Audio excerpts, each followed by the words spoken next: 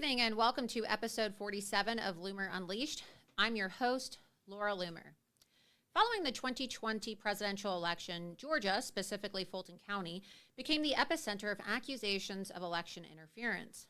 The Trump team zeroed in on the Atlanta area because of the multiple instances of fraud and strange incidents on the night of the election, from dead voters to ballot harvesting to broken chains of custody to under-the-table ballots.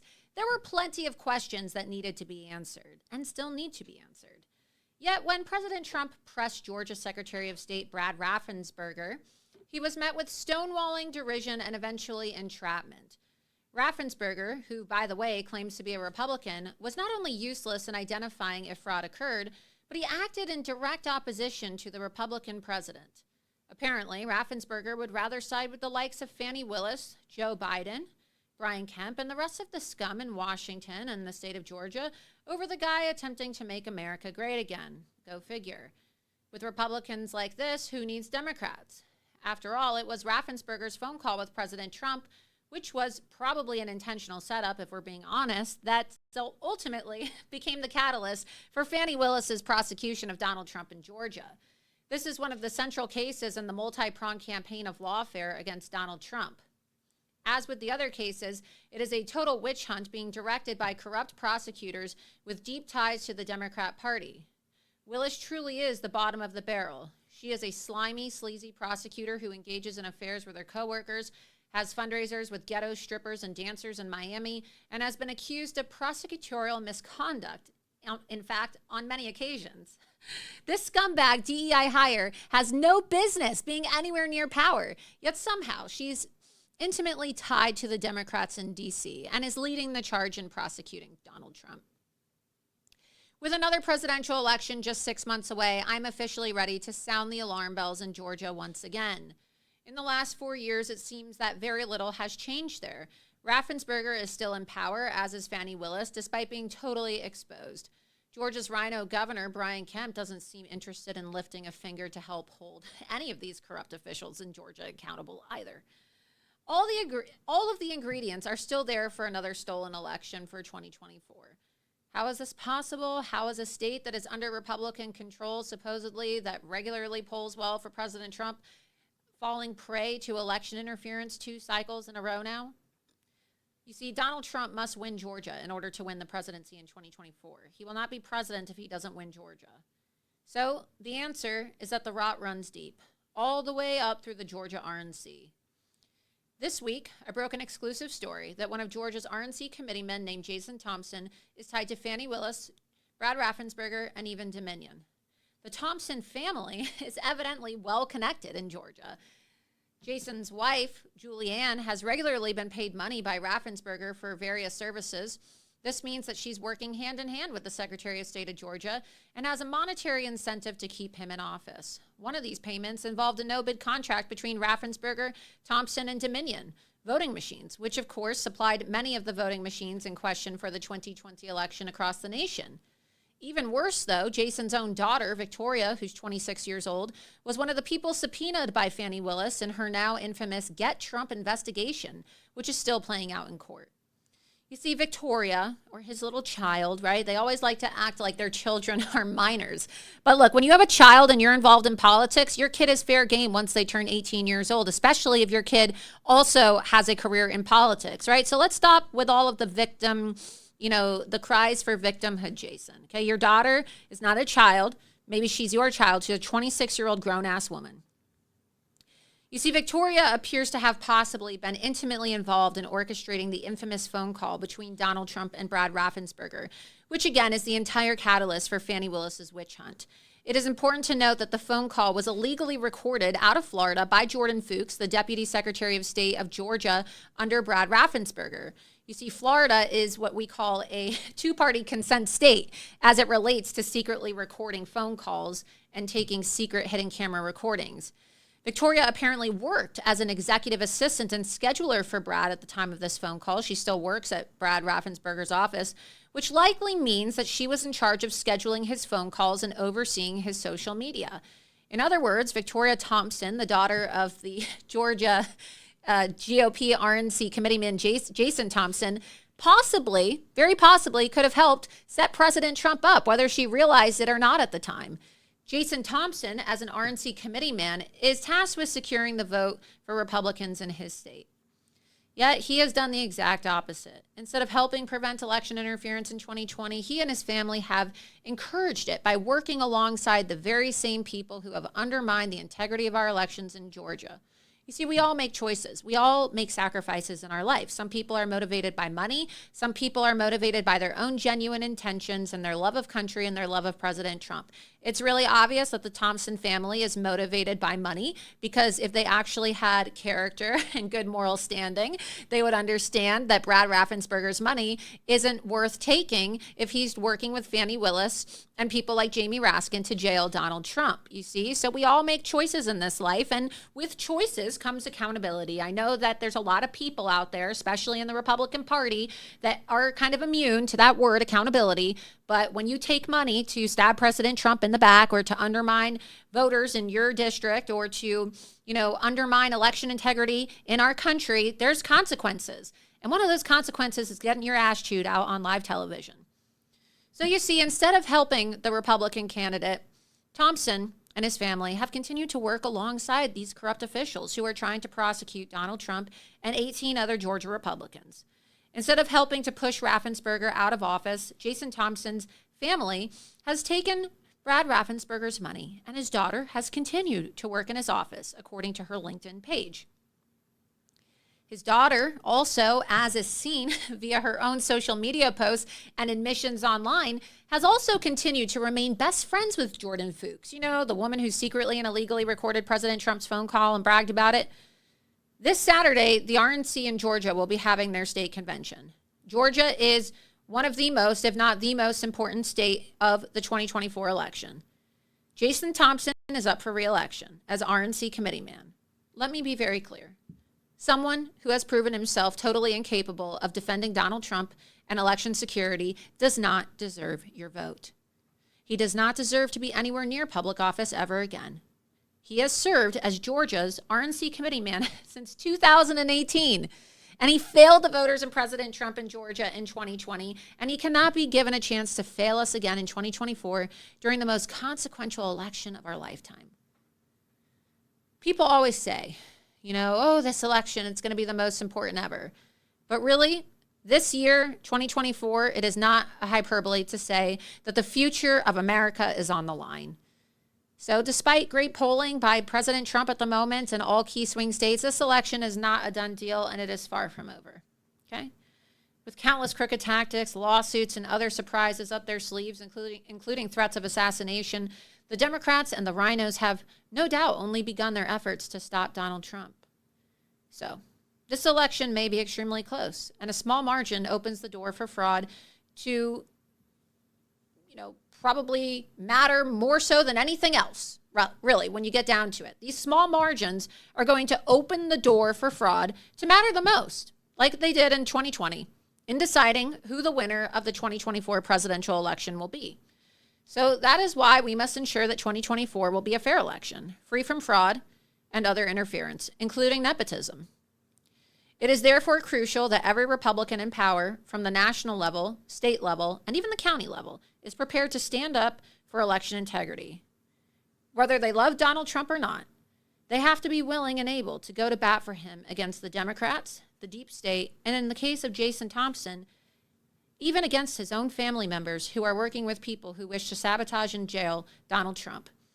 If people like Jason Thompson don't have the guts or the morals to tell their own compromised family members to stand down, then they need to be removed from power immediately, period, end of discussion.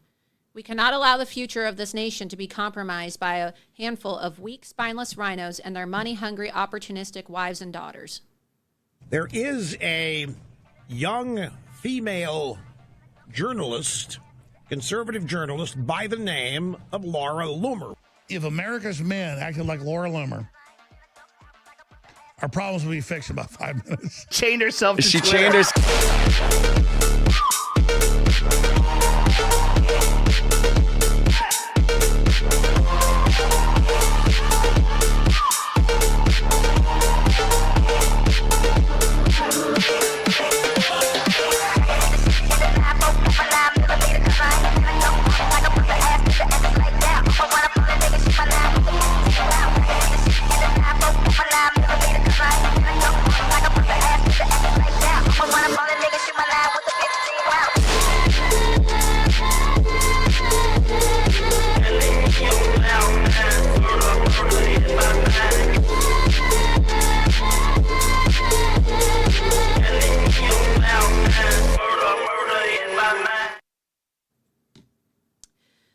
thank you so much for tuning in to episode 47 of Loomer Unleashed. I'm your host, Laura Loomer. We got a lot to talk about tonight. As I said in my monologue, tomorrow, Saturday morning, is the GOP convention in Georgia, where they're going to be taking a lot of votes, specifically as it relates to reelecting their RNC committee man. And a lot of scandals out of Georgia right now. You know, you got Fani Willis, you have Congressman McCormick, who just got caught cheating on his wife. And you also have the controversy with Jason Thompson and his family members.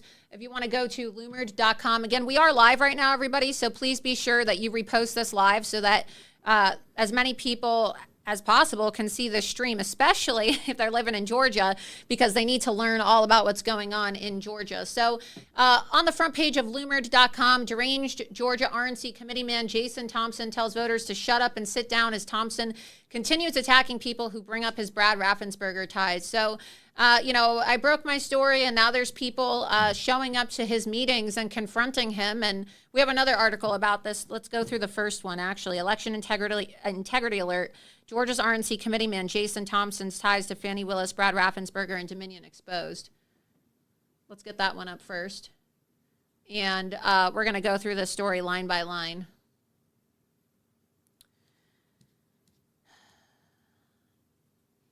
And again, we are live right now, so be sure that you're posting this all over social media. Here we go. That one right there. All right. Election integrity alert. Georgia's RNC committeeman Jason Thompson's ties to Fani Willis, Brad Raffensperger, and Dominion exposed. You can scroll down. Many have wondered how Georgia, a state that is supposed to be under Republican control, has fallen to the left's election interference scams consisting of drop boxes and political prosecutions. Most Trump supporters place rightful blame on Fulton County DA Fani Willis and Georgia Secretary of State Brad Raffensperger. But who empowers these individuals? Well, the answer lies within Georgia RNC committeeman Jason Thompson, whose wife, Julianne Thompson, and daughter Victoria Thompson have received over $300,000 in payments from Brad Raffensperger's office since 2020. Even worse, Julianne Thompson's 2020 payment from Raffensperger was also tied to a no-bid contract with Georgia's Secretary of State office in Dominion. The Thompson family scandal deepens as Fulton County DA Willis infamously subpoenaed Victoria Thompson in her Get Trump investigation. It is believed by many in Georgia political circles that Victoria Thompson was critical in helping Raffensperger set up the infamous phone call between Trump and Raffensperger, which is one of the driving forces Fani Willis is using to get Trump. So you can scroll down here. We always bring the receipts because, now Jason and his wife and their daughter going around crying, telling everyone I'm a bully, and people are saying, I'm going to sue that Laura Loomer. Yeah, go ahead. Fucking sue me, because you know what? The receipts are on my side, okay? So here you have top HAVA vendors by major spending category. Secretary of State Grant Administration, okay? $105,000 to Julianne Thompson. And you scroll down some more.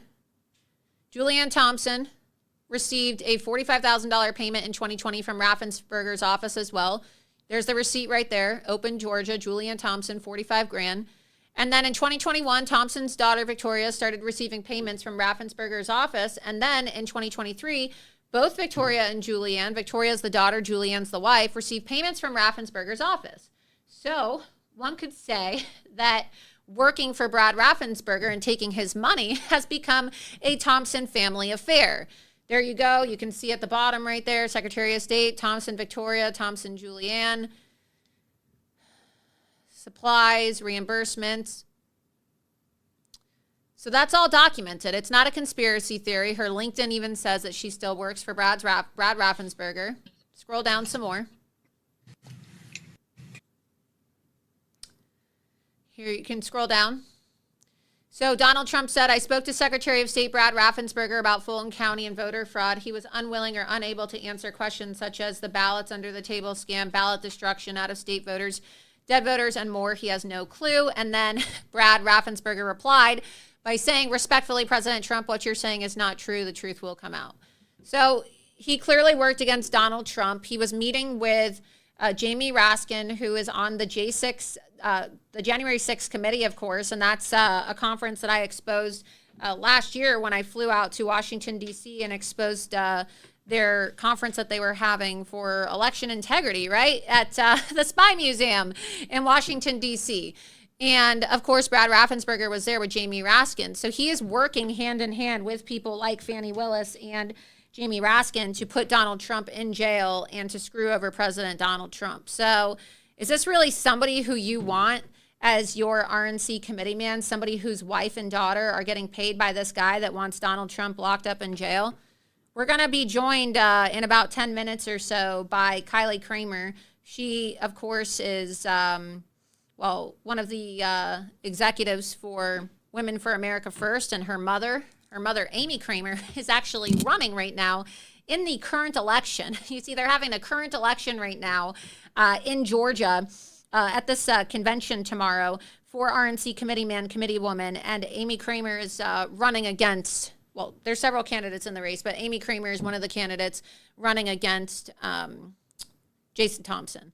So we'll be joined by Kylie to talk about this and how people are reacting on the ground in Georgia, where the convention actually began tonight. I'm told that it's already off to a rough start because people paid all this money to go to a really nice fancy dinner tonight ahead of the convention. And Tulsi Gabbard was supposedly supposed to be, the keynote speaker. And I guess she canceled at the last minute. And then they tried to get Lieutenant Governor Mark Robinson, who also canceled at the last minute. And then now they have some no-name individual who is apparently speaking, and people aren't too happy about it. So you would think that if Georgia is such a key state, they would want to have a strong Trump, pro-Trump speaker. Like, why don't they have a strong keynote speaker who supports Trump speaking at this event? So a little strange with all the shenanigans going on in Georgia right now. But again, like I said, if they don't start to get it together and fix all this corruption down in Georgia and clean house with all these compromised rhinos that want to choose their wives and daughters making money instead of supporting Donald Trump, then you know what?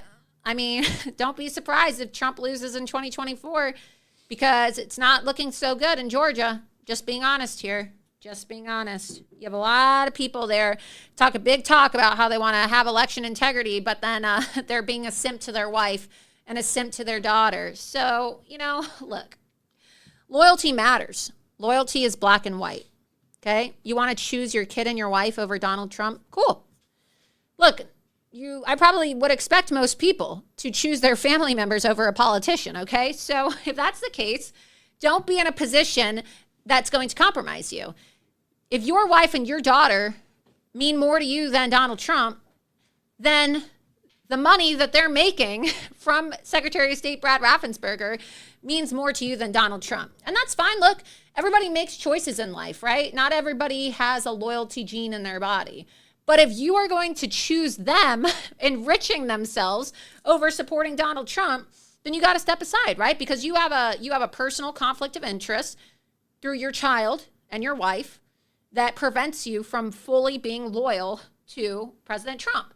And also, if there's voter fraud again in Georgia, do you really think that Jason Thompson as a committee man is going to attack Brad Raffensperger's office and call him out for election fraud if his daughter works there? Because that would then implicate his daughter in voter fraud if there was voter fraud taking place. He's not going to do it because he has to protect his little daughter. Oh, daddy's girl. Well, if daddy and daughter are going to have their little love fest, then maybe, just maybe, he's not the man for the job. Maybe it's best to have somebody in that position who doesn't have a wife that's taking money from Brad Raffensperger, who doesn't have a daughter who's getting rich off Brad Raffensperger. So when push comes to shove, you don't have to make that decision of whether you're going to stand with Donald Trump or stand with your wife and your daughter. I mean, look, anybody with a high IQ, anybody with a basic IQ understands this is a blatant conflict of interest. But again, people want to make excuses for why their children should be allowed to get away with these egregious acts of disloyalty and disrespect. It's not like some regular, rinky-dink 9-to-5 job. All right, it's not like she's like a pencil pusher. It's not like she's a little secretary at some random office somewhere or a receptionist at some, local store, or, it's not like she's working at Walmart or Target or wherever, right? It's not like that. She's literally working for the Secretary of State of Georgia that is trying to get Donald Trump jailed, okay? Working with the Secretary of State who illegally recorded a phone call between himself and Donald Trump, and that's her best friend. So people say, oh, you can't tell your kids, you can't tell your children who they can work for. Come on, Laura, you're being so unrealistic. Oh, it's not realistic, Laura. Oh, it's just not, it's not nice, Laura. You're not being considerate. You can't tell a 26-year-old where to work. If that was me and that was my child, I'd tell them, you better quit your job right now, okay? You better quit your job because we're not going to bring dishonor to the family and work against President Donald Trump. If I was in a position to financially support my child, okay, I would then say, I will give you money and help you out until you get back on your feet, and we'll find you a new job. I'll help you find a new job. But you're not going to be working for a man who's trying to jail Donald Trump and 18 other Georgians. But clearly, Jason Thompson failed, right? Failed as a committee man, failed as a father, because if he really was a good father, he would actually have that moral compass and that moral guidance and that integrity to tell his child, this isn't morally correct. We're not going to take money from the people that are trying to jail Donald Trump and our peers here in Georgia, right? It's not morally right to get rich off of other people's suffering, sweetheart, right? That's probably what he would say to his daughter if he actually had integrity, but he doesn't. So he just wants to say, well, I'm getting really pissed off. And we have this clip, I believe, from my Twitter. We have this clip of him speaking to a county meeting recently where he's telling a man who confronted him about this how, I'm getting really pissed off because this is my family. Well, guess what, Jason? I don't really give a shit about you or your family. I don't really think the voters of Georgia give a shit about you or your family. And it's kind of selfish to say that you and your family are more important than Donald Trump. We're just supposed to sit here and allow for our elections to not be secure because your daughter and your wife have expensive, fancy tastes and they want to go make a lot of money working for Brad Raffensperger. And of course, that's going to financially benefit you too, right? Because you're married to your wife. So what's mine is yours when you're married, right? So practically, if you share a joint bank account, you're receiving money from Brad Raffensperger too. So it's really interesting. These politicians like talking a tough talk, and he goes, oh, well, I always told my daughter, don't take shit from anyone. So he's not only complicit, but he's actually trying to protect his daughter from people criticizing her by telling her not to take shit from anybody. So, okay, go ahead and continue working for Brad Raffensperger and bringing shame to our state, bringing shame to the Georgia GOP, and bringing shame to our family. Father of the Year award right here. Go ahead and play the clip. With this situation is the same one with the Pritchard situation. It is the appearance of a conflict, the appearance of impropriety, not that any actually exists, that will be in people's minds. It's just like it's not the crime, it's the cover-up. So there's no cover-up, there's no crime, and how could there even be an appearance of impropriety when nothing, either one of them, my God, you all. I mean, this is my family, all right? I'm about to get pissed. And I'm not that, I told my daughter this when she was going off to law school. I said, the first thing you got to remember is don't take shit from anybody. And I don't do that. And that's why I stick up for you on the RNC. That's why I pump your fist a little, buddy. That's what I do, all right? I don't take it. I'm that guy, all right? I'm that guy. And that's why I was that guy that stood up to Ronna McDaniel, too. No one else is doing what I did. You want to talk about something that has something to do with the job of the RNC? Any other questions? Yeah. Don't take shit from anybody. Okay. Well, guess what, Jason? I'm also one of those women that doesn't like to take shit from anybody. And I'm not going to be taking shit from you. I'm not going to be taking shit from anybody in the Georgia GOP, actually, that wants to gaslight me and the voters into thinking that this is acceptable behavior. So there's a lot of people who find this to be inappropriate. I know there's a lot of people that are, it's been the talk of the town. My phone's been blowing up nonstop, actually, since I released this story. I've been getting phone calls from Georgia Republican officials and people who are going to be in attendance at this meeting who have been telling me all about the controversy. And joining me now to discuss this controversy and how it's about to play out at the Georgia GOP State Convention is the Executive Director of Women for America First, Kylie Kramer. Kylie, so great to have you on the show tonight. Thanks for joining me. Hey, Laura. Thanks for having me. This is my first interview in a long time, since January 6th. Well, we're not afraid of having January 6ers on this show, so more than welcome to have you on. Thanks for coming on. So you live in Georgia, and for full disclosure, I do, born and raised. Your mother, Amy, is currently running for the RNC committeewoman in Georgia as well, correct? Correct. Amy Kramer. Amy Kramer. And so give us a breakdown of what is happening right now in this race, because I've seen your mother and some of the other candidates as well have been going on joint interviews. Generally, you don't see candidates going on interviews together to talk about another candidate unless it's really serious. But I saw your mother, I believe she was on Emerald Robinson's show with another one of her opponents the other day, talking about the issue of Jason Thompson, because usually, right, when there's an election, people have all differing views and it's hard to find common ground. But you guys, well, the opponents in this race have been able to find common ground over the fact that Jason Thompson has a really inappropriate conflict of interest with his wife, Julianne, and his daughter, Victoria. Well, so actually it's the National Committee man and the committee woman. So the men are running against the men and the women are running against, each other. So for the women, the incumbent is Ginger Howard. She's been in office since 2016.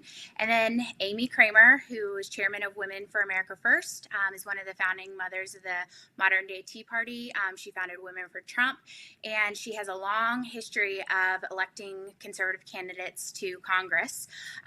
And then there's another woman named Shawn Cross, who is new to the grassroots movement. She doesn't have much of a resume, and that is her pitch, that she's new and inexperienced, and so that's what qualifies her. And it's exciting to have three candidates that are willing to step up and run for National Committee Woman. For National Committee Man, Jason Thompson has been in since 2018, and against him is the second vice chair of the Georgia GOP. His name is David Cross. And then there's another man named Jason Frazier, and he is known for his work on election integrity, specifically in Fulton County, where he was they would not allow him to be seated on the state election board. And he's doing fabulous things with voter rolls. And so it's a really contentious race. Things have amped up quite a bit since you've been breaking these stories that we're all shocked to hear in the state. And of course, yeah, of course, the men run against the men and the women run against the women. But when I'm saying that they're running against each other, it's that these people seem to operate in units, right? And so you have Jason Thompson and Ginger, who really seem to be, simpatico with each other. And so ultimately, what the problem here is that it appears that other people who are up for re-election, including Ginger herself, seem to have been aware of this. This seems to have been like a real elephant in the room situation where multiple people on the Georgia Executive Committee and people within the RNC were aware for a long time about Julianne Thompson and Victoria Thompson after the infamous Raffensperger Trump phone call. And this seemed to have just been kind of pushed away and shelved, and it was kind of hush-hushed for a while, and it didn't really seem like members of the Georgia Executive Committee wanted to address this. And we've had 4 years now since the stolen election, and you'd think that somebody would have really blown the whistle on this, and here we are, right? Well, Laura, so let me tell you, what's really interesting about this is that last year, Jason Thompson was actually going around the state trying to get other people to run against Ginger Howard. Apparently, they're now a unit and a team, and it's because that's the only way that they can keep hold of this, these two seats that they believe belong to them. So it's really interesting to see them come together and really unite when the state has not seen that in the past. Sure, everybody is publicly wonderful, but when he's going around the state trying to get other people to run against her, and now all of a sudden he's out there championing her, it makes you wonder why. Yeah. Well, it seems like there's been a lot of dishonesty within the Georgia GOP, and it's my understanding now, too, that I saw this Yahoo News article today. It looks like the chair, right? The chair of your own Georgia GOP is now getting behind Jason Thompson, even with these revelations that have now come to light regarding his ties to Raffensperger via the daughter, Victoria Thompson, and Julia Thompson. And of course, the daughter has continued working for Brad Raffensperger and often posts on her social media selfies with Jordan Fuchs, who a woman who's been accused of witchcraft, a woman who has been working as the Deputy Secretary of State for Brad Raffensperger, saying that this is her bestie girl, her best friend. They like to go to Braves games together and they love to hang out. And so, you know, when you look at the fact that the RNC is trying to implement election integrity efforts and the need to keep this information secure, what's going to happen, hypothetically speaking, if Jason Thompson is reelected? And let's just say that the RNC is able to deploy a top secret, ethical ballot harvesting or some type of election integrity effort that needs to remain hush-hush so that the Republicans can deploy their strategy. What happens if his daughter happens to be over at the house while he's on his conference call, you know, because people sometimes have private conversations in front of their family members, and then she goes back to her boss and leaks that information to Brad Raffensperger and Jordan Fuchs, and they're able to completely undermine the entire RNC election integrity strategy. Like, I don't think people are thinking about how this could play out. No. And Laura, you know, last fall there was a big thing out in Arizona, I believe, or Nevada, where Turning Point was there, Charlie Kirk, Mike Lindell, Steve Bannon, and it was all about election integrity. And Jason Thompson was there. I mean, people were all from all across this great nation that we live in. They were there. And you know who Jason brought? He brought his wife and daughter. I mean, I'm sure that if Steve Bannon and Mike Lindell knew that 2 employees of Brad Raffensperger were in the back of the room, they would not be very happy. I mean, who's to say that they didn't go back and report everything that they heard back to Brad's Raffensperger? And they probably did. They probably did, because right, I mean, don't you talk about things like this with your friends? Like, I know that I talk about things like this with my friends. So if I go to a political conference, or, you know, a lot of my friends are mostly political, I will say these things to them, and I'll say, oh, well, you won't believe what I found out, or you won't believe what I heard or what I saw. I mean, obviously, if it's confidential, I'm not going to be repeating it, but people talk, and people say, oh, what'd you do this weekend? Especially if you're talking to your colleagues like she is, posting photos of them giving her gifts, posting photos, you know, going to sporting events, and all you got to do is insert a little bit of alcohol at a sporting event too, and then loose lips start to flow. I'm just saying that it's not implausible to think that for 1 second that the information that Jason Thompson is receiving in his official capacity as an RNC committee man is being leaked in some capacity back to Brad Raffensperger and Jordan Fuchs, who are in litigation right now with President Donald Trump. So it's just totally inappropriate right now. I don't think that anyone can make that connection. And that's what a lot of Georgians are asking of, why has this been kept a secret for so long? How much money has actually been made by this family from Brad Raffensperger's office? I mean, there are many other jobs that they could go and get, and the 2 of them just happen to work for Brad Raffensperger.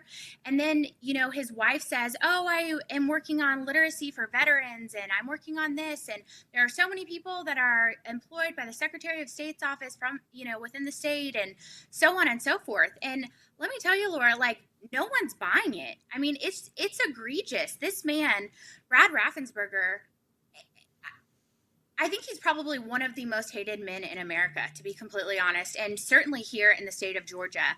And to know that, you know, over $400,000 to $500,000 has been made from this family in the last 4 years is egregious. I mean, Americans are hurting right now, and here his wife and daughter are making money, taxpayer money, working for the Secretary of State. I mean, it just leaves a lot of questions. And the fact that he's been so egregious and so aggressive when anyone asks about it, I mean, it just leaves the question of, why are you being so defensive? Is there something there? Yeah, and we have that video here too.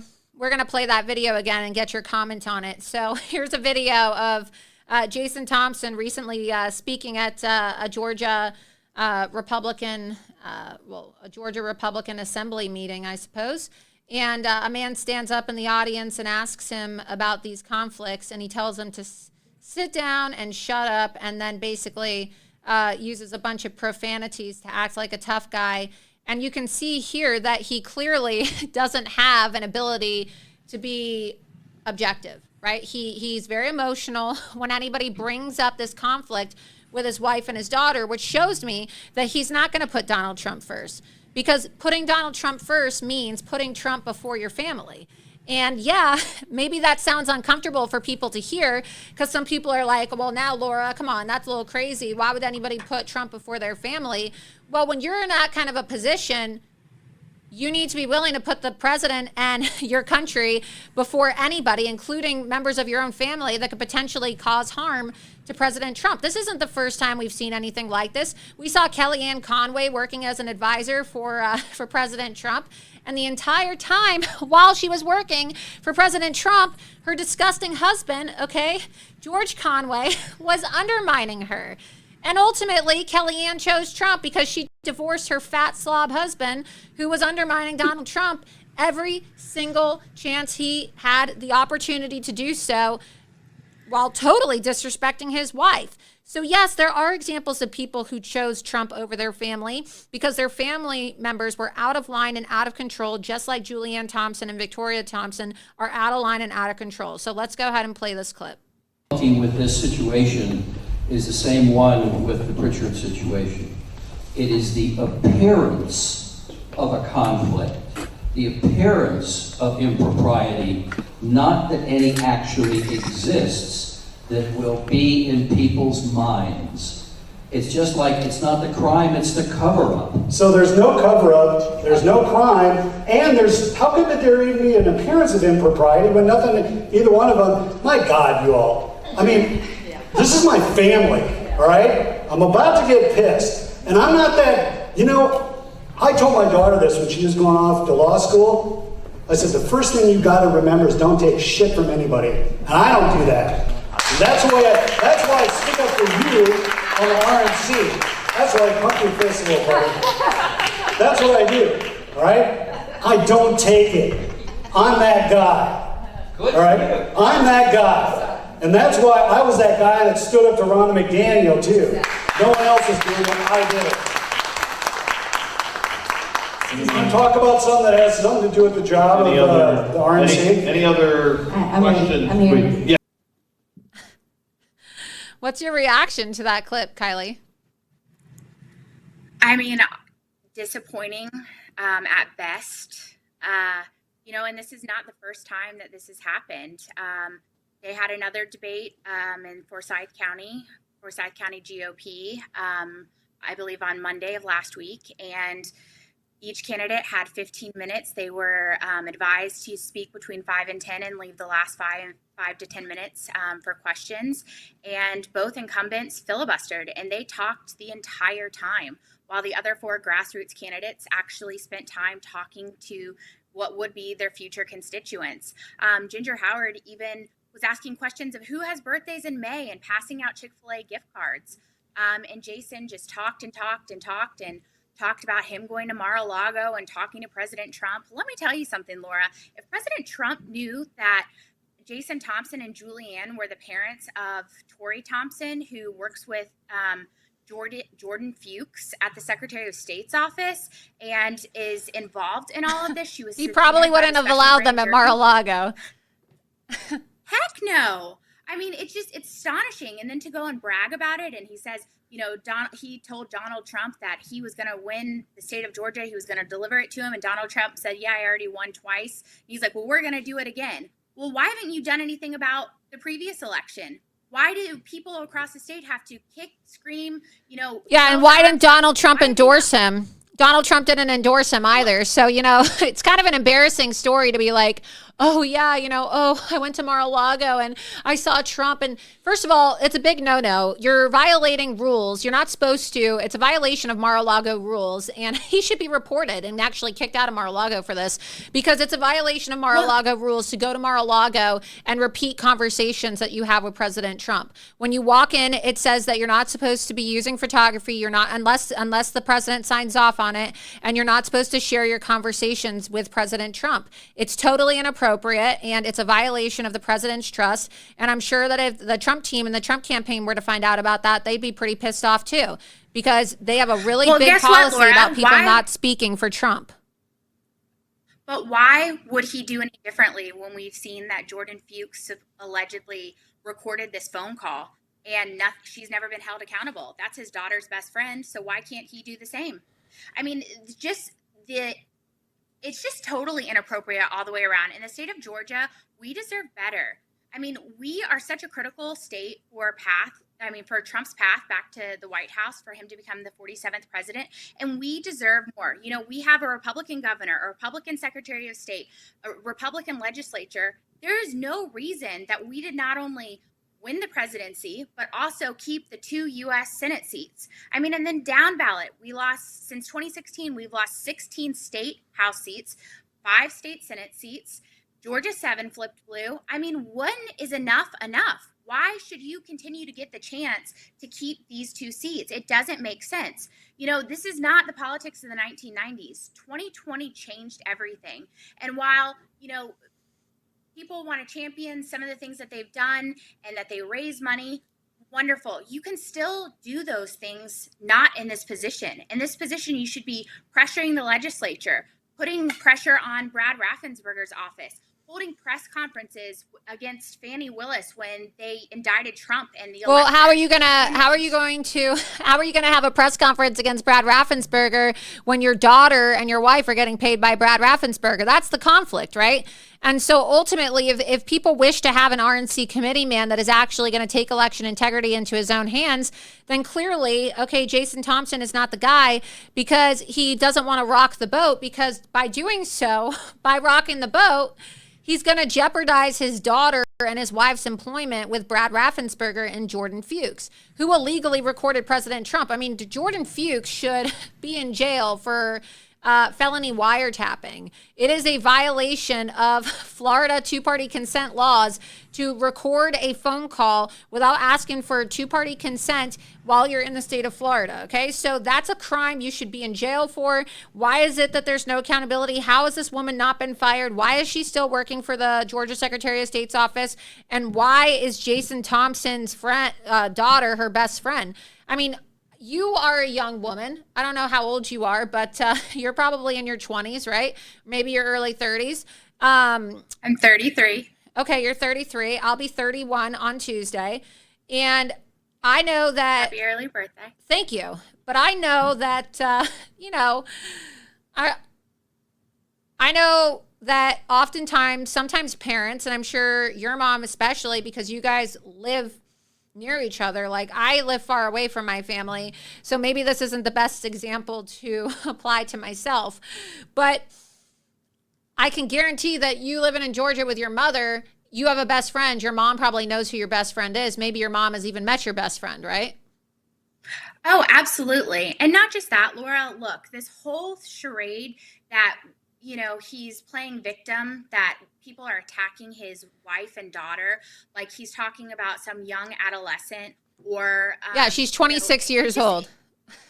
Exactly. And so that's my point, in though. Law school or about to go to law that's school. my point, though. Yeah, I mean, do you think that my mom is sitting there saying, oh, don't go after Kylie, she's my daughter? Well, I was also, it planned the rally, or helped plan the rally for January 6th, the bus tours that went all across the nation, the March for Trump, to demand transparency and election integrity and protect election integrity. Right. We held the 3 massive rallies. Do you think that the federal government would listen to Amy Kramer just because she says, don't attack my daughter? Absolutely not. But that's my point, is that your mom probably knows, right? Even though you're a grown-ass woman, and just like Victoria Thompson and Jordan Fuchs are grown-ass women, your mom knows who your best friends are. Maybe you've even invited your best friend to your house, and your parents have met your best friend, and maybe you've even had dinner with your best friend, right? Have you ever had dinner with your mom and your best friend? Absolutely, Laura. Okay. And So my point is, though, not to cut you off, I'm just trying to prove a point here. What's to say that Jason Thompson, right, isn't also meeting his daughter's best friend, who by her own admission is Jordy Fuchs, the Deputy Secretary of State who illegally recorded the phone call? What's to say that Jordan Fuchs hasn't been invited into the Thompson home for holiday events or holiday gatherings, or she's not sitting around the Thompson family kitchen while, hypothetically speaking, maybe Jason Thompson will get a phone call from someone at the RNC talking about election integrity measures? You see, so it really is a big deal, because when you welcome your children's friends into your home, a lot of times those people become a part of your family, depending on the culture of your family, right? Southern culture, right? It's very warm, very hospitable. I imagine that there's a lot of that, my house is your house hospitality down there in Georgia. And so what's to say that the relationship with Jordan Thompson doesn't just, with Victoria Thompson and Jordan Fuchs, isn't just work related, and that it has in fact extended into the Thompson family household? Because you just said, as a young woman yourself, your parents have met your best friend.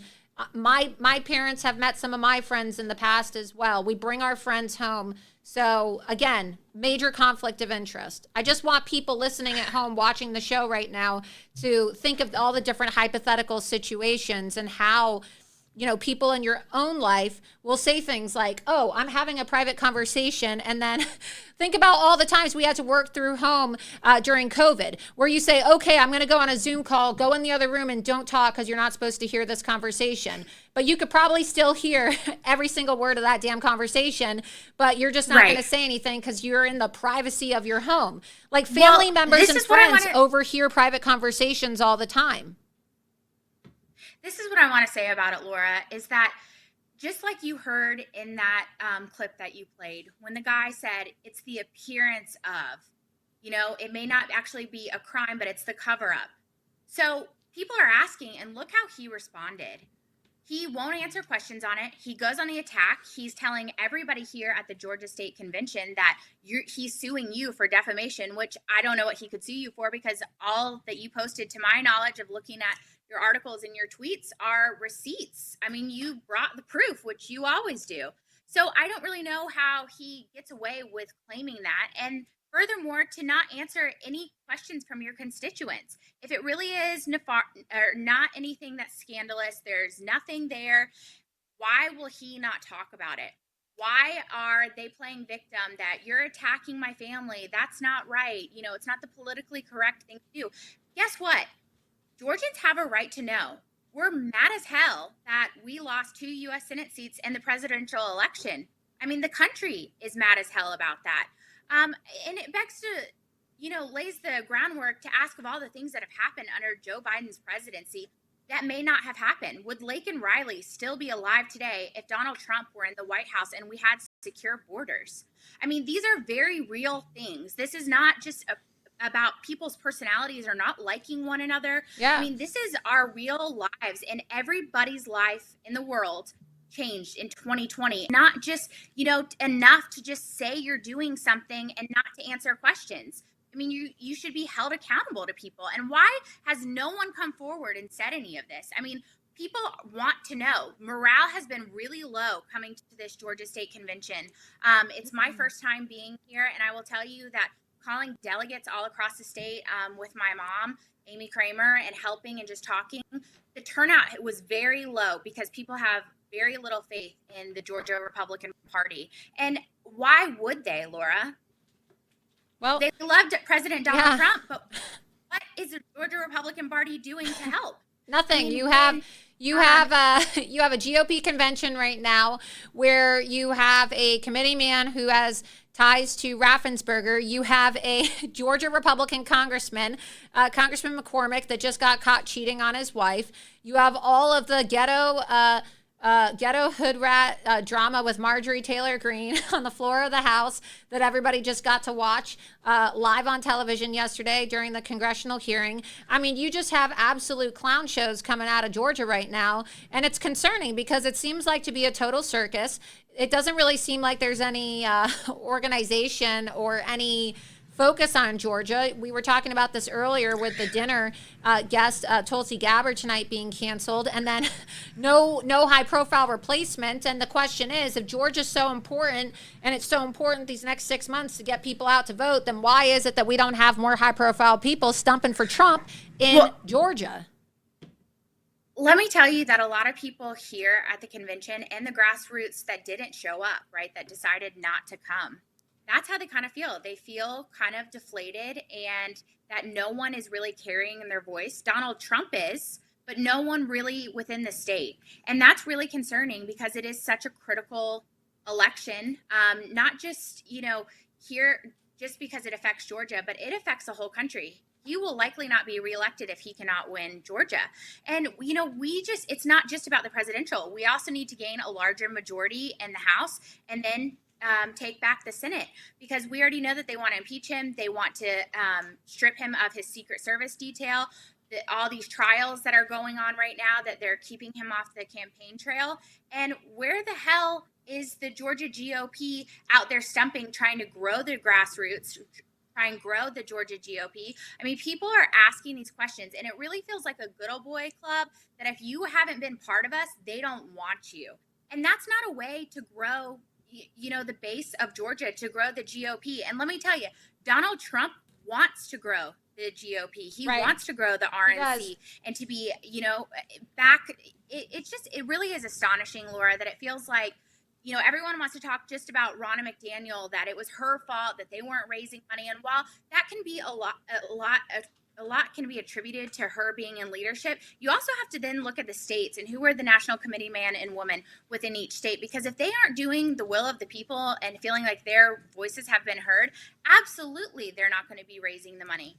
And, we have been seeing it all across the country with incumbents that have been removed. I think it just happened in Missouri, where there were two incumbents for national committeeman and committeewoman, and they were ousted. The grassroots actually kind of took over the whole convention there, and they overrid the chairman, or how, I'm not exactly sure the details of it, but it was a pretty big deal. And I think that it's going to be really interesting to see how tomorrow turns out. And here's the thing, Laura, as angry as I am and angry as the people here in Georgia are, we are really optimistic that there are leaders that are willing to step up and carry their voice to the RNC nationally. And then also, this seat is not just about the RNC. The National Committee man and woman, they both also hold a seat on the executive committee at the Georgia GOP. And that's a really powerful position that can help do things here within the state. And right now, it doesn't feel like our national committee man and committee woman are doing the job to its fullest potential. We keep hearing that it's about arrangements. Ginger Howard's on the arrangements committee. And that sounds great, Laura. I would love to plan parties. That would be wonderful. But our livelihood, meaning like the future of our country, people can't. Right. It's time to stop screwing around. Yes. I mean, look, enough of these stupid parties and Lincoln Day dinners. All right. Nobody wants to eat a shitty little chicken dinner. I'm just being honest. Nobody wants to pay $200 to sit there and eat some plastic chicken. It's time for people to start knocking on doors, getting involved, trying to secure our elections, and, using their time and their money to help Donald Trump get elected. But you're right. So many of these Republicans, all they want to do is just have these, luncheons and so many meetings and get-togethers and conferences. And, there's a sense of urgency, and your life has been disrupted by it. I mean, from being a J6, so many people's lives have been disrupted, and a lot more lives are going to continue to be disruptive if Trump doesn't win. People could go to jail for the rest of their lives. Let me point this out to you. The RNC has not indemnified the electors that were indicted in the former GOP chairman, David Schaefer. Our chairman, Josh McCoon, sent a letter to Ronna McDaniel asking for it. He called on Ginger Howard and Jason Thompson to sign on to the letter. They refused. When Whatley and Laura Trump took over the RNC, Josh McCoon sent the letter again asking for the electors to be indemnified, and Ginger Howard and Jason Thompson would not sign on to the letter. Well, wouldn't you know? They just signed on. And it begs the question of, wow, that had to happen when, 4 other people jumped into this race, that it took that much to push you to do the right thing if these electors are not indemnified, and the Georgia GOP can't afford it. They're struggling to raise money. They don't have the money to put into these races and to do things around the state to get out the vote and to grow the voter registrations. And I mean, it's astonishing that is even being talked about, because what is it going to take for the next people to step up? Let me tell you, if I wasn't involved in politics, or maybe, I was just kind of on the sidelines and still paying attention, and I saw that these people were wrongfully indicted, and then they're being basically left out there to drown on their own because no one's helping them with their legal bills. When Ronna McDaniel sent down that she wanted this alternate slate of electors, who else is going to step up again next time when this happens? No one. I mean, it really is crazy, and it doesn't leave a lot of hope for a lot of people.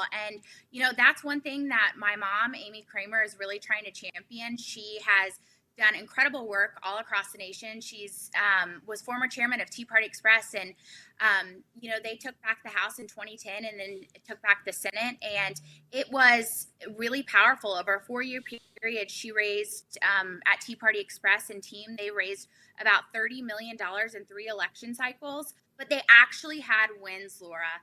Who cares if you're raising money when it's not going to show for anything? If you cannot win elections, are you being a good steward of donors' dollars? I mean, that's what people want to know. And Ginger Howard said, I was robbed at the 2020 convention. Well, guess what? We, the people, were robbed of a presidential election and 2 U.S. Senate seats here in Georgia. Of course, we're mad as hell about that. I mean, it's mind-blowing. And for Jason to think that this is not a big deal, that he doesn't have to answer any questions to the constituents, just shows how out of touch the establishment is here in Georgia with the grassroots, the MAGA base, the people that support Donald Trump, that show up, 16, 18 hours before he comes to town and will do anything just to get a glimpse of the people's president. And it's like they don't get that. They like to go to these, events and speak about these certain talking points, and they're just mediocre at best. So what should people keep an eye out for tomorrow? Because I know at 10 a.m. tomorrow, that's when everything's supposed to kick off in Georgia at the state convention in Columbus, Georgia. So give us a rundown of what we can expect tomorrow. I know a lot of people are really upset about this, and the story that I've exposed here, it's really made its rounds. And a lot of the, I think most of, right? You can confirm this. I think the entire Georgia executive committee of the GOP has seen my report. And it certainly made its way around to the delegates and the voters and the people of Georgia. So what are you hearing in response to this article and this expose from people on the ground in Georgia? And how do you think it's going to impact voting tomorrow? Well, I think that it's going to be really interesting, Laura. I think the people are tired of not having their voices heard, to be told to sit down and shut up when they're asking questions. And I don't see how Georgia can move forward on the same path that they're going. And a lot of the grassroots feel that same way. I have a lot of faith here in Georgia in the grassroots. I know Donald Trump has a lot of faith in the grassroots. I know that he's counting on them, and they want to show up for him. But the Republican Party needs to grow. They need to be, getting out there, welcoming people to their club, not ostracizing people because they have questions, that they want to learn more.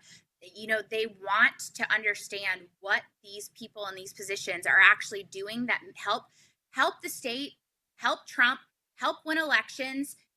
And I don't think that that's unreasonable for anybody to ask any of the questions that are being answered or asked. And, Laura, there's one thing that has really bothered me as a Georgian.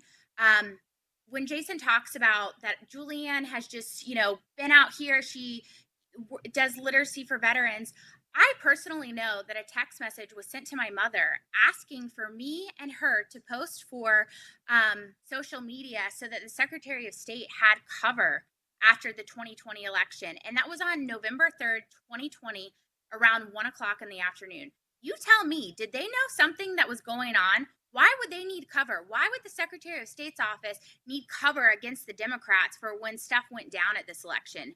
It was absolutely baffling. And, I'm watching all this stuff unfold on Twitter, and I looked at my mom and I said, I remember you telling me something about Julianne texting you, and I went and looked it up, and it all clicked. It all made sense. And, it's just really horrifying to me that we would have people like this in such critical roles leading our state and leading the Georgia Republican Party that lie and are not willing to answer questions. If they're not lying, why won't you answer the questions?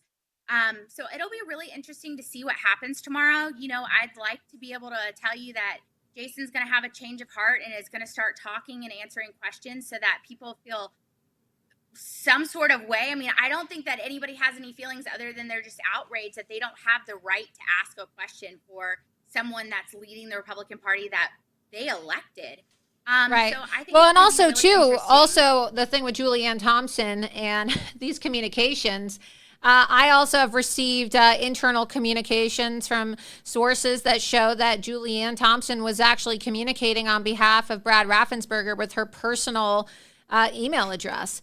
And so, in Florida, I know you're not allowed to do that because it's a violation of sunshine laws, and you're not supposed to communicate here in the state of Florida without your actual government email address. So the question is, why was she using a private email address to communicate directives for Brad Raffensperger? And people can deny that all they want. I've got the receipts. I've got copies of the emails that I can publicly release if people want to challenge that. But there certainly does seem Laura, to be some kind of, yeah. Let me tell you this. One of his opponents, Jason Frazier, actually did an ORR. So he did a records request through the Secretary of State. And that's something that usually takes a couple of days, maybe a couple of weeks. He did this a couple of weeks ago and was told by the Secretary of State's office that he could not get the emails for Julianne Thompson between the Secretary of State's office and her until August 29th of this year. That, again, raises a lot of red flags for people.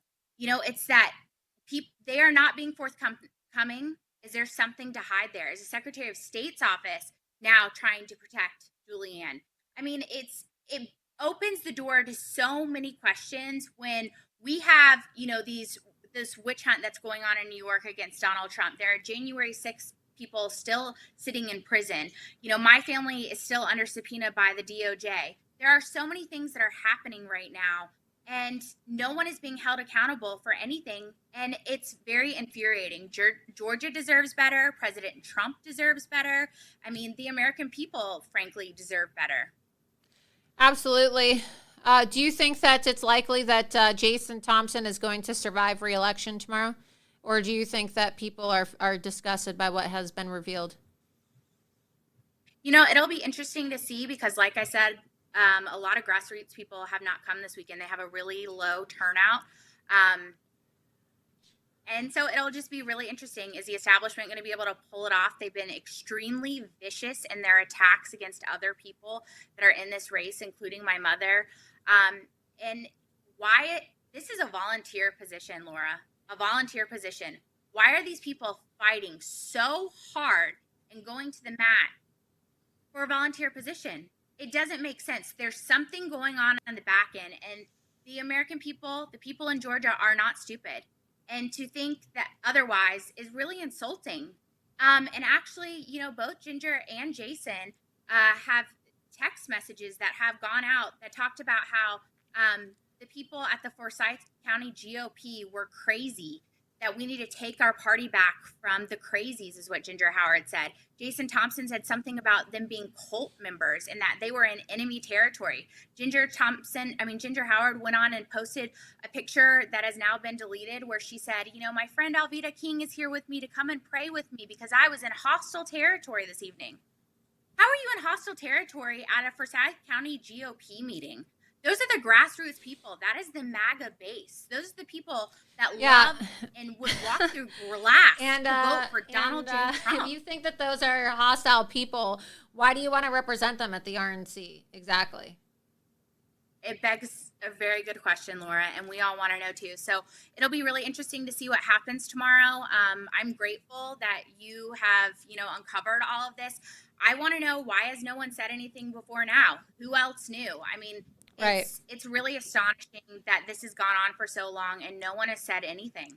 Right, absolutely. Well, hopefully, hopefully Jason Thompson is not selected tomorrow for re-election because, look, if Donald Trump doesn't win Georgia, he doesn't win the White House, and we need to make sure that we protect him from all these rhinos and all of these, election operatives like Brad Raffensperger and Jordan Fuchs and their associates, one of whom is the daughter now of Jason Thompson, from interfering in this election and trying to steal an election from Donald Trump in 2024. So we'll see what happens. But I appreciate you taking time to come on. And the vote tomorrow begins at 10 a.m. Eastern, right? Is it going to be live streamed anywhere? Where can people follow along? Where can people watch it? It does. I'm not sure if it's going to be live streamed anywhere, but I'll be posting updates on my Twitter, Amy's Twitter. I'll be in communication with you, Laura, to keep you updated on what's going on because you've broken this whole story. I mean, I'm grateful that you've been, I guess, doing the work that so many other journalists have failed to do. It was widely reported that Tori Thompson was, subpoenaed by the special grand jury and no one connected the dots. So really grateful for you. I know that a lot of people here in the state are grateful for you, and not just for what you've been doing about here in Georgia, but also on some of these other things that you've been doing about Judge Merchan. And, we're just really grateful for you. So we'll keep you updated. Hopefully, the grassroots MAGA people turn out tomorrow and really show up for Donald Trump. And, we help set up the state so that we can deliver a victory for him, and Georgia he can count on Georgia, not just in. Well, I appreciate you saying that, Tan. I'm laughing because I was saying earlier, I can't wait. I'm going to sleep in on Saturday, but I'm not going to sleep in. I'm going to wake up early and I'm going to make sure that I'm available to report the truth about what's going on in Georgia. I was invited, but unfortunately I couldn't attend the convention because, well, I live in Florida, I do my show, and I have other commitments this weekend as well. But I want to make sure that I'm documenting what's going on at the Georgia State GOP convention. So I'll be up bright and early. So for those of you that want to know what's happening, you can follow me on Twitter as well at Laura Loomer, because we're going to be following this. And look, the people deserve to know the truth. And I think you're absolutely spot on. Why does it take somebody like me? I live in Florida. I don't even live in Georgia.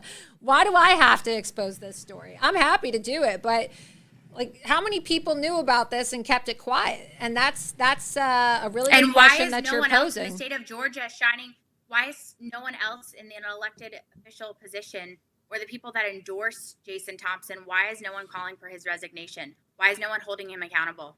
I'd like to know that too. And Georgians want to know that. Maybe they can ask Marjorie tomorrow at the convention. Marjorie Taylor Greene's going to be there tomorrow. I mean, she spoke out about that guy, Brian Pritchard, right? So why is it that she won't speak out against Jason Thompson? So look, time to put heat on these GOP officials. But look, I feel like a lot of people are going to be hiding tomorrow at the Georgia State Convention between Marjorie Taylor Greene and Congressman McCormick, who just got caught, like I said, cheating on his wife. You're going to have a lot of people facing their own scandals and their own dramas right now in Georgia. And that's one of the reasons why I think there's also low morale. You said there's low morale and low turnout. Well, when people can't even trust their representatives to keep their own lives clean, how are they going to trust them to clean the elections and to make sure that the elections are clean and safe? So I think that the lack of character and the lack of integrity displayed by these elected officials and so-called public servants also takes its toll on people. You get voter fatigue, you get political fatigue, and after a while you just kind of, you throw your hands up in the air and you say, well, what the hell, right? And I feel like that all the time. You got to just keep on pushing through. But I can imagine that for the grassroots patriots who are working really hard and feel like they don't have a voice and feel like the corruption that they're trying to expose is continuing to be covered up, they probably do not feel very motivated to come out. And that's a huge problem because that's going to translate into low voter turnout for the 2024 presidential election. And if people don't feel like their representatives are fighting for them, they're not going to show up and vote, no matter how much they love Donald Trump. I think that the American people would walk through glass to go and vote for President Donald Trump. But the other races down ballot matter too, and that's really important here, Laura. And, the people that are in elected positions that aren't up for re-election, they need to be held accountable and actually send backup and support to President Trump. We saw Congressman Matt Gaetz and Luna and several others that, are there in the courtroom with Donald Trump supporting him? Where are some of, the elected officials here in Georgia that need to be standing up for President Trump? I mean, it's really disappointing because it's just like when Trump said, they're not after me, they're after you. And I noticed yesterday that Marjorie Taylor Greene was not there. I mean, I know that I keep mentioning her, but it's because she has a very large voice. She's probably one of the most well-known, if not the most, high-profile congresswoman in the state of Georgia, at least right now.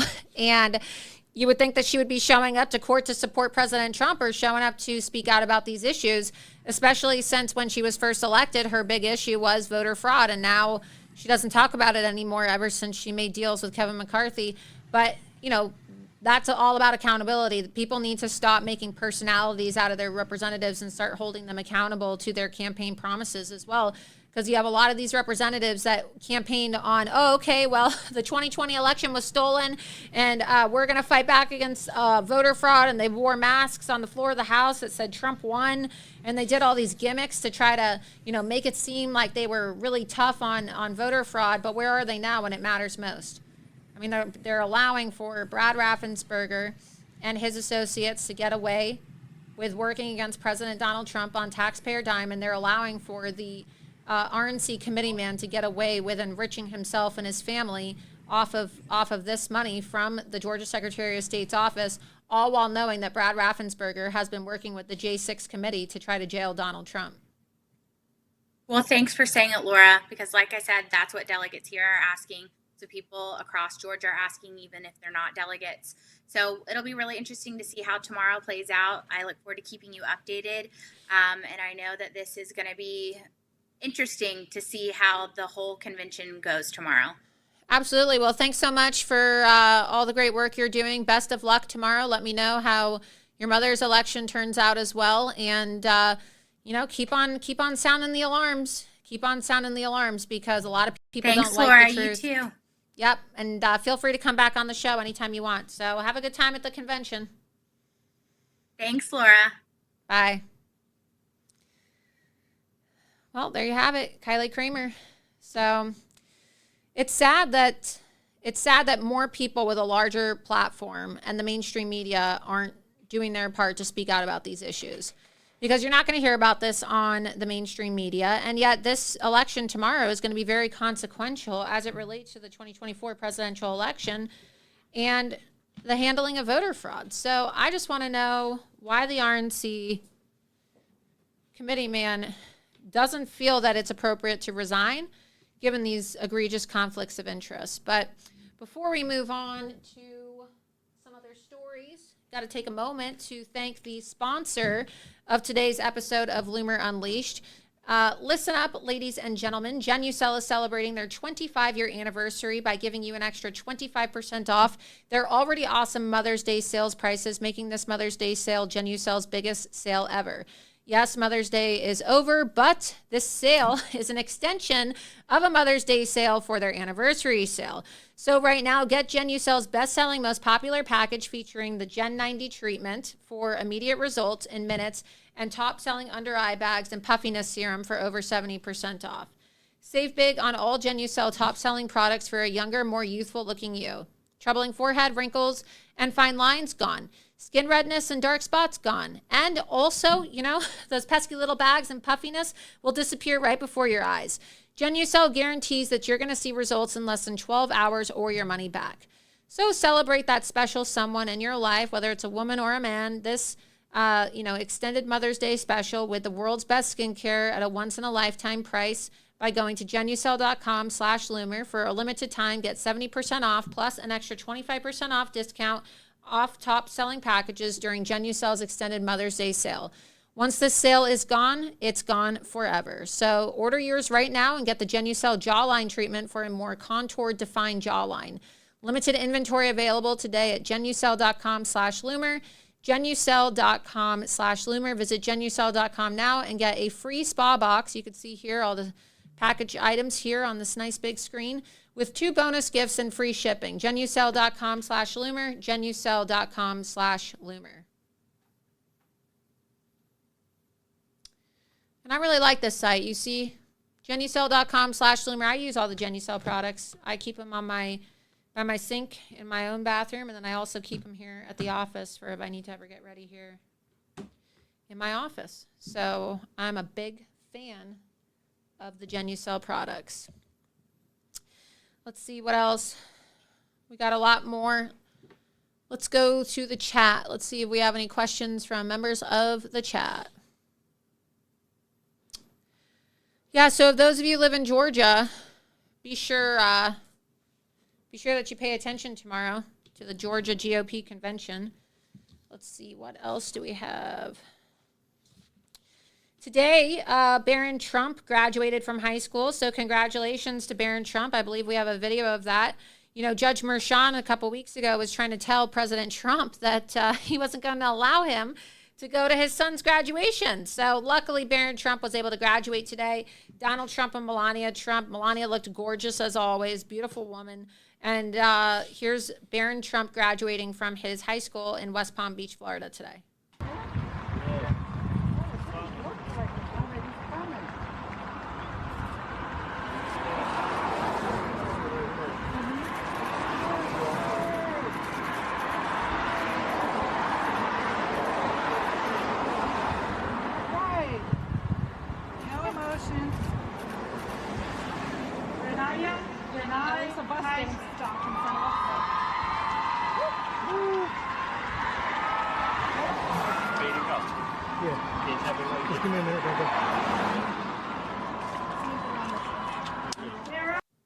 So that's nice. It's really great that President Trump was able to spend some time with his son today. We also, Loomer Unleashed DC correspondent Charles Downs caught up with several Democrats up on the Hill this week. So we have some videos to play for some of you. One of these Democrats who we confronted was Benny Thompson, who of course was the former chair of the J6 committee. And if you go to loomer.com, you can see this article right here. Exclusive video, J6 committee chairman Benny Thompson lies about handing over deleted communications with Fani Willis to the House Oversight Committee.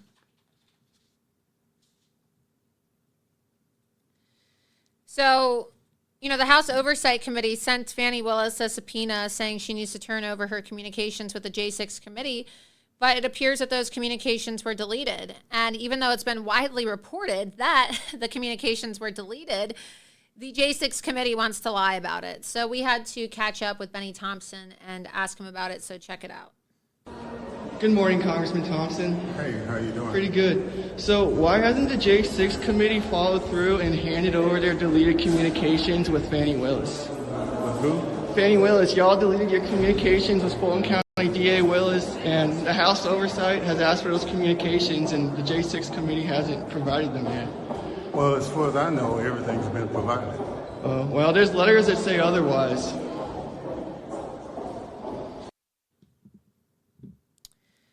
He goes, who? Who? Like a damn owl. Who? Yeah, like you don't know who Fani Willis is. So, look, I mean, these people are just liars. They're absolute frauds. We also confronted Eric Swalwell, you know, Mr. Fang Fang himself. Let's check that video out.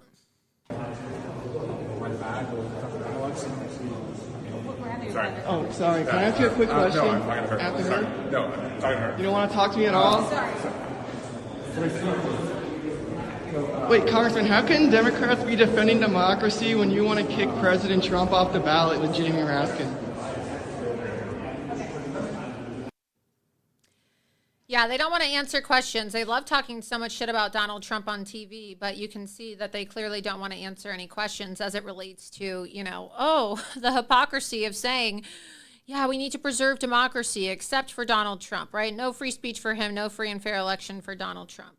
Let's see, who else did we confront? My exclusive report that we were talking about on the previous episode of Loomer Unleashed this week with Congressman Dan Goldman, in which I exposed the New York Democrat for hiring Lauren Merchan's company. Of course, she's the daughter of Judge Merchan, hiring the company for political consulting. We asked Steny Hoyer, who is the #2 ranking Democrat in Congress, about this, and He certainly didn't have much to say and actually said that he wasn't going to be commenting on it. So let's go ahead and play this clip. Minority Leader Hoyer, do you think it's appropriate that some of your members of Congress, like Rep. Goldman, are meeting with Michael Cohen before he testifies in President Trump's trial?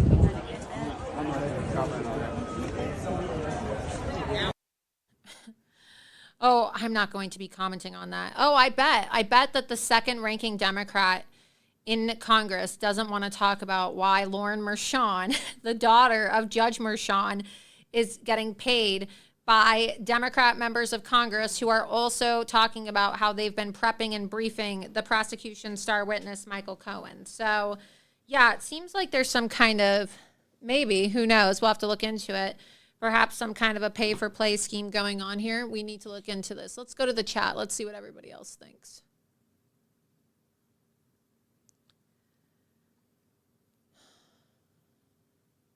Let's see. MTG stole your work. Yeah, she did. And she, you know, we all know that I'm the one that broke the story about Dan Goldman working with Lauren Mershon. And then, of course, Marjorie Taylor Greene had to try to steal my work and say, oh, well, Mr. Goldman, are you a client of Lauren Mershon's?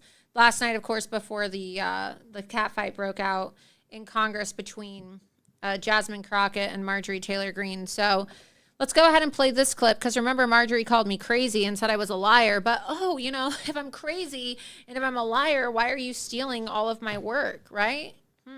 Looks like you're the liar, Marjorie. Go ahead and play the clip. Chair recognizes Ms. Green. I'd like to know if any of the Democrats on this committee are employing Judge Mershon's daughter. Please tell me what that has to do with Merrick Garland. Is she a porn star? Oh, Goldman. That's right. He's advising. Okay. He's advising who? What? Do you know what we're here for? You know we're here about AG. I don't think you know what you're here for. Well, you the one talking about. I think your fake eyelashes are messing up. No, ain't nothing. Hold on. Listen. Order. Mr. Chairman, That's beneath even you. please engage the order of your committee? Order. Please. There's a point of order. We have a point of order. Mr. Lynch, state your point. Mr. Chairman, I would just like to ask the parliamentarian if your conduct here in raising money in connection with this hearing is referable to the Ethics Committee within this hearing. Is a motion in order to refer your conduct and your abuse of It's not a point of order. Mr. I do have a point of order, and I would like to move to take down Ms. Green's words. That is absolutely unacceptable. How dare you attack the physical appearance of another person? Are your feelings hurt? Her words down. Aw. Oh, girl, baby girl. Oh, really? Don't even play. Baby girl? I don't think we are going to so. move, and we're going to take your words down. I second that motion. So who will have to pay us? Okay. All right. We're suspending. Oh, girl, baby girl, don't even baby girl.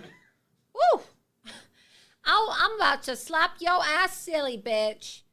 Don't make me come over there and rip your weave out your silly head, bitch. Because I will. You finna play with the wrong girl. Girl, ooh, baby girl, don't even play. I'm gonna whoop your ass, bitch. I mean, honestly. Can we just say, for the sake of everybody's sanity and also for just the integrity of our Congress, that we are not going to be, electing any more of these hood rat, DEI, Shaniqua trap queens to Congress anymore? I mean, God, is this like, I feel like I'm on the set of Paternity Court. Shaniqua, we have the results in, and Jamal is not the father. You know? Too slow.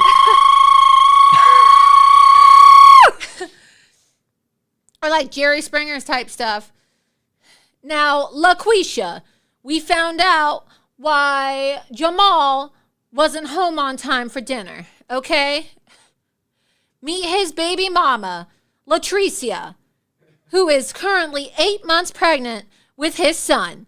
I mean, honestly, I feel like, I feel like I'm on the set of one of these ghetto black reality TV shows, and this is what our Congress has, devolved into. Oh, baby girl, don't even play, girlfriend. Ooh, it's like, my God. Ugh. I just can't take it, man. We just really need to have a policy. No more DEI Shaniquas allowed in Congress, please.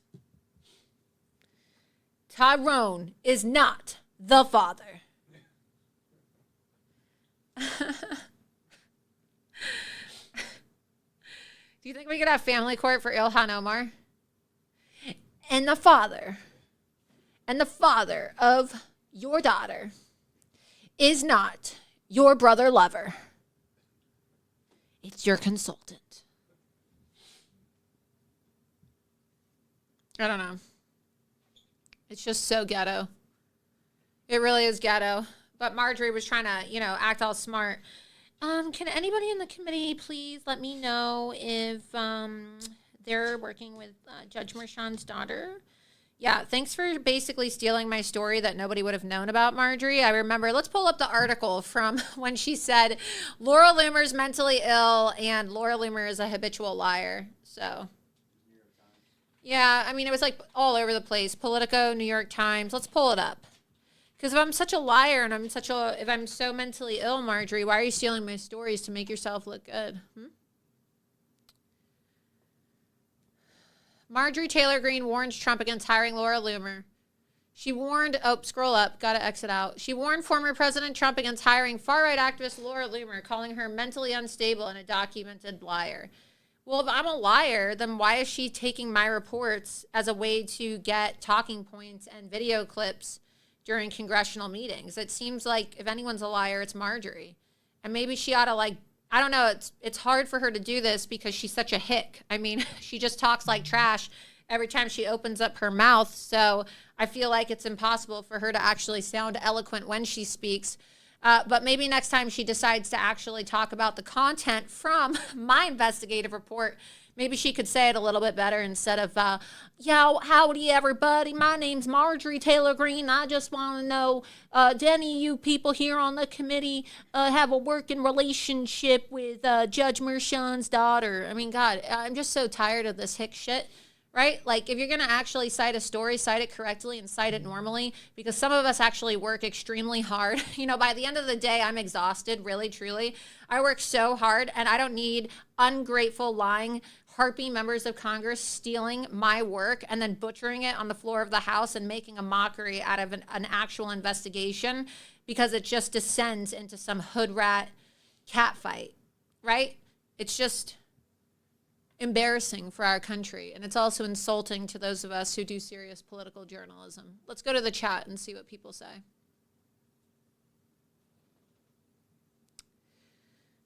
Ronald Rump said, we need a Laura Loomer comedy show once a week also. Hood Rat Chat and Ish Talkin'. Yep. Yeah. They like that howdy buddy. That's how she talks. How she talks. So, whatever.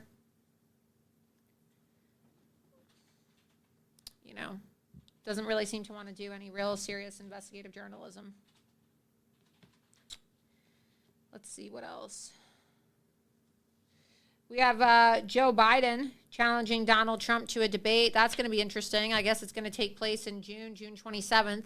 We have that clip of Joe Biden also referencing President Trump's court date. And it's important to note that Joe Biden is a client of Lauren Merchan. So let's go ahead and play the clip. Donald Trump lost 2 debates to me in 2020. And since then, he hadn't shown up for debate. Now he's acting like he wants to debate me again. Well, make my day, pal. I'll even do it twice. So let's pick the dates, Donald. I hear you're free on Wednesdays. I hear you're free on Wednesdays.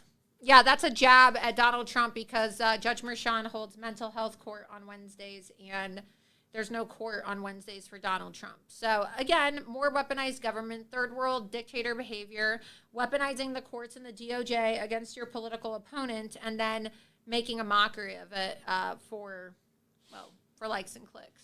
So,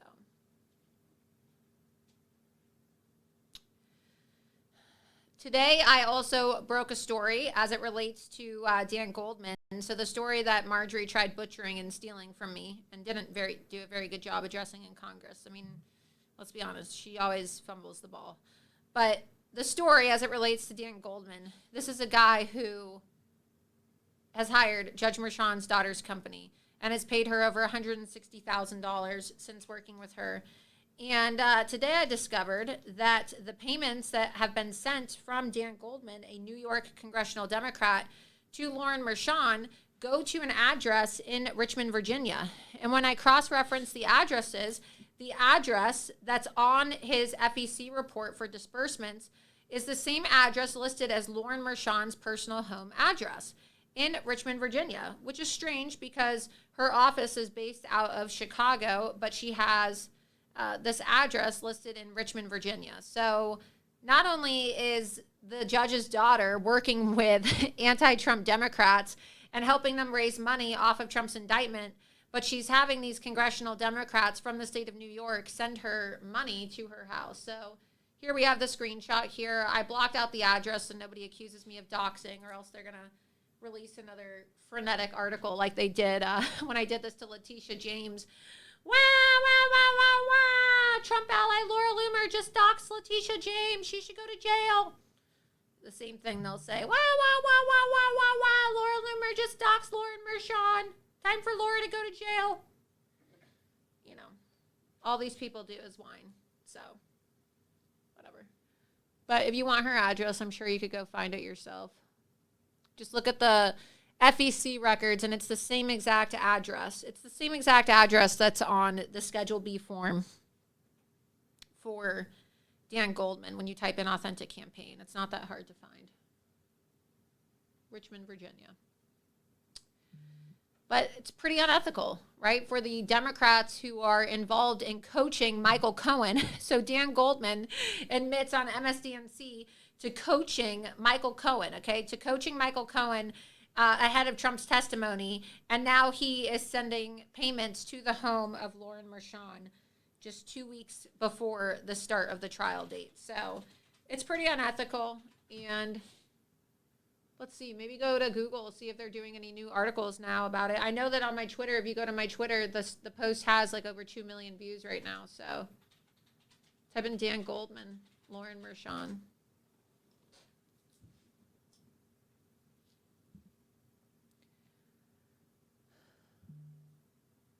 Yep. Yeah.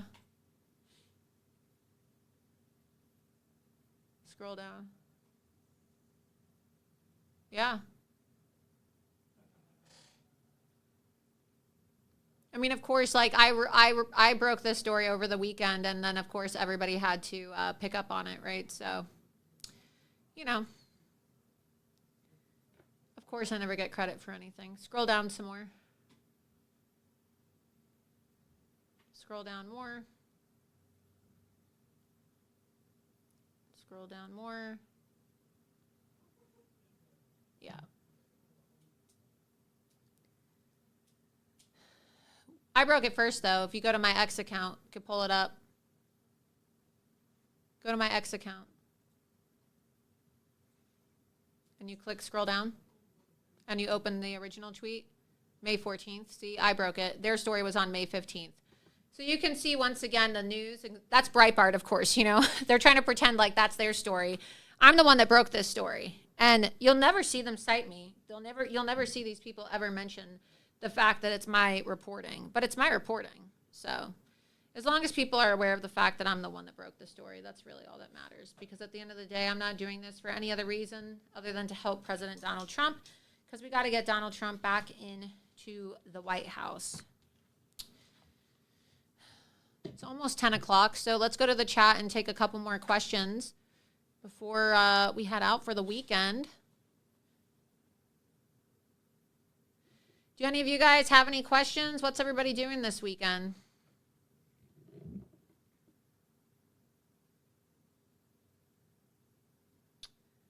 Yeah, some of you said, we all know you broke the story every time.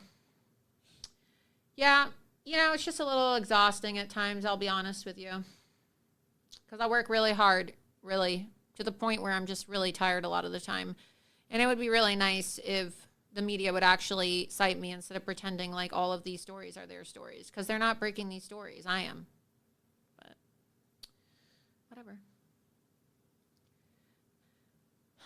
At least they're actually utilizing the information that I'm exposing in front of the courthouse when they are having their press conferences in front of President Trump outside of the courthouse. So, I mean, of course, they just do the bare minimum, and they'll never actually mention all of the reports, but we shall see. We shall see. It's time for these people, though, to start working harder to support President Trump. Let's see. Someone said the things you aren't recognized for today may very well be the stories that history is showing our great-grands. Yeah. Oh, Caleb GS said, I enjoyed your interaction with Dana Lash. Yeah, I had to get in a Twitter fight with Dana Lash. You know, she's speaking at the Turning Point USA conference, the Young Leadership Summit for Women, which, of course, I wasn't invited to because, you know, if you are a DeSantis supporter who, you know, was paid to support Ron DeSantis, like Riley Gaines was, or you're a Trump hater like Dana Lash, then you get invited to speak at the Turning Point USA Young Leadership Summit for Women. But if you're me and you break stories and expose all the judges and the corruption in all of President Trump's trials, and you actually are effective in breaking hard-hitting stories, then yeah, you're not going to get invited.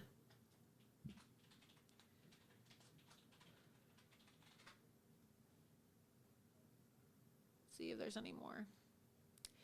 But we have a lot of exciting news. I'm going to have Colby Covington on the show this coming week. And yesterday, the reason why Loomer Unleashed is airing today instead of yesterday is because I filmed some knockout content with Colby Covington, you know, famous UFC fighter, who's also very pro-Trump, down in Miami yesterday. See, we had a really great time. That's us. Really fun time with Colby. President Trump's favorite fighter. Probably my favorite fighter, too. And this is for a special project that I'm going to be releasing in about a week and a half or two. So stay tuned because I'm in the process of launching a new show. And it's going to be really exciting. And I think that you guys are also going to really enjoy it. So stay tuned for that. That's, like I said, my interview with Colby Covington will probably be released in a week and a half or 2 weeks. But that was a lot of fun, and Colby's a really great guy. I had a really nice time getting to know him and spend time with him. Another fighter who's not only a professional fighter, like in the physical sense, but also just an incredible fighter for our country and for America, for Donald Trump, and for all these patriotic causes that he supports. So I really enjoyed meeting up with Colby yesterday. You dropped some cool exclusive stories when we were with him, too. He did. He dropped some really cool exclusive stories and facts, so we're going to get into that as well when the story comes out. So stay tuned for that. Be sure that you're subscribed to my Rumble. If you're watching right now over on X, be sure that you convert over to Rumble by downloading the Rumble app. It's free, and go to rumble.com/Laura Loomer, and please be sure that you subscribe to my channel. I'm almost at 50,000 subs here on Rumble. And every time that you share the post, more people get to watch it. So please be sure that you're doing that. You can also click Get Loomered. When you click Get Loomered, you can click to support my show either monthly by giving $7 a month, or annually $70 a year. Or you can also give a one-time donation as well. And this is how you can support all of my independent investigative journalism. Also, be sure that you're following me on X and Truth Social at Laura Loomer, and Getter and Gab as well at Laura Loomer, so that you never miss any of my exclusive updates and reports. So, you know, there's a lot that I posted today on Twitter. There's a lot of bombshell reports regarding Lauren Mershon if you scroll down my feed. And I'm going to be, like I said, covering the Georgia GOP convention tomorrow too. So if you want to catch up on everything, because we don't really get time to go through every single story on the show, in this 2-hour period, I definitely encourage you all to go through the receipts I posted. Also, President Trump, if you live in New York, he's going to be visiting the South Bronx this Thursday, May 23rd at 6 p.m. So if you live in New York or New Jersey, be sure that you head out to the Bronx on Thursday, May 23rd. It's going to be really exciting. People are really excited to see President Trump in the Bronx. You can get tickets for that on his website. Let's exit out of that. You can see the exclusive expose there. 2.4 million views, posted 9 hours ago. So you see that's really blowing up. That's really getting a lot of traction. Be sure you check that report out. And again, go to loomered.com, and that's where you can, of course, read all of my reports. Go to the homepage. And you scroll down, and you can see all of our recent articles. Scroll down. Lots of stories about Mershon. President Trump often reads and shares all of my reports as well. So we have a lot of stories about all the Democrats there that are taking money from Lauren, or like giving money to Lauren Mershon, rather, working with her. So you're going to want to check that out, all the videos as well. And you can subscribe for my newsletter. But most importantly, be sure that you're following me on Rumble, rumble.com/Laura Loomer, and on Locals, loomer.locals.com, by clicking the Get Loomered button on my Rumble channel, which allows you to support me for $7 a month or $70 per year. So if you really enjoy my investigative reporting, I'm really asking you to chip in and support my work, because that's how we fund this operation, and I'm able to send contributors and correspondents all around the country to do work with me. But with that, I really appreciate all of you who tuned in to episode 47 of Loomer Unleashed tonight. Loomer Unleashed will resume to regular hours next week, Tuesday and Thursday at 8 p.m. Eastern, so be sure that you tune in. And with that, I hope you all have a wonderful weekend. Thanks so much for watching. See you next time. There is a young female journalist, conservative journalist, by the name of Laura Loomer. If America's men acted like Laura Loomer, our problems would be fixed in about 5 minutes. Chained herself to She Twitter. chained herself.